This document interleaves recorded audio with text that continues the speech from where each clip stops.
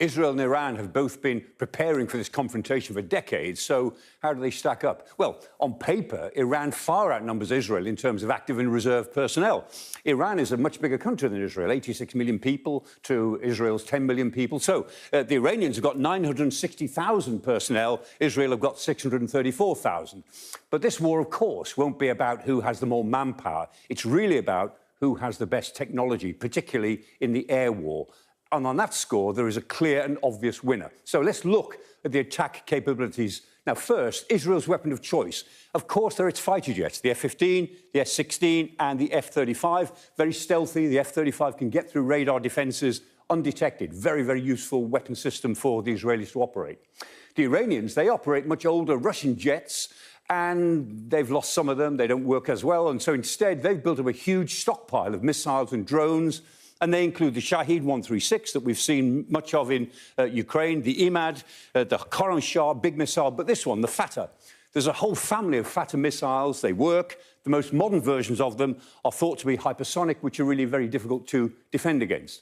In total, it's estimated that the Iranians may have 3,000 of these ballistic missiles. Most estimates would say it's probably nearer 2,000, but undoubtedly they have a lot of them, and they could keep throwing them at Israel over the coming days and weeks if they chose to do that. And Israel claims that Iran was building up the capacity to manufacture 300 ballistic missiles a month. And that, with their ranges, would put Israel and hundreds of US bases in the crosshairs around the region. So if you look at a range map, undoubtedly, the Iranians have a big capacity building in terms of their ballistic missiles and their drones. Now, over the years, Israel has the most advanced defense system in the world, and it's built it up.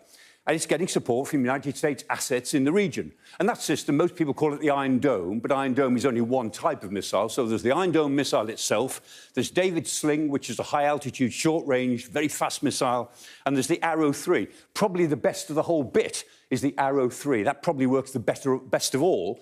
But between them, as well as with some Patriot missiles, they create this sense of a dome, a multi-layered dome that sits on top of their population centres that can cover the whole country, because it's a small country, and give them close to 100% protection.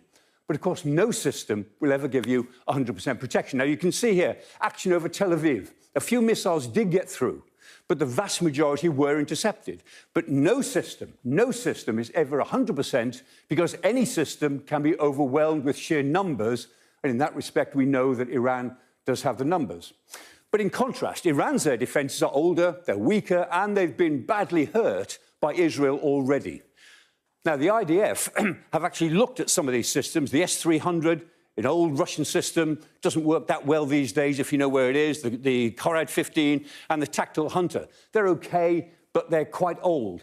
And the IDF has released these images of them attacking Iranian surface-to-air missiles near Tehran. And there they are. If they can spot them, they can destroy them. They've got enough intelligence to know where they are, even those which are mobile, like the S-300. Once they've spotted them, then effectively they're dead if the Israelis decide to go for them. Finally, Israel has the one thing that they don't want Iran to have: nuclear weapons. The Jericho-2, which is a nuclear weapon-tipped missile. The Israelis will never confirm or deny whether they have nuclear weapons, and they deny that they are running a nuclear program in this way, but we all know that they are. They have the Jericho-2, it is nuclear. The Iranians would love to have what the Israelis have had for years. And in response to these attacks, the Iranians talk a very good game. They talk big, and they can certainly hurt Israel. But in a war of the skies, which this is going to be for some time yet, Tel Aviv certainly has the upper hand.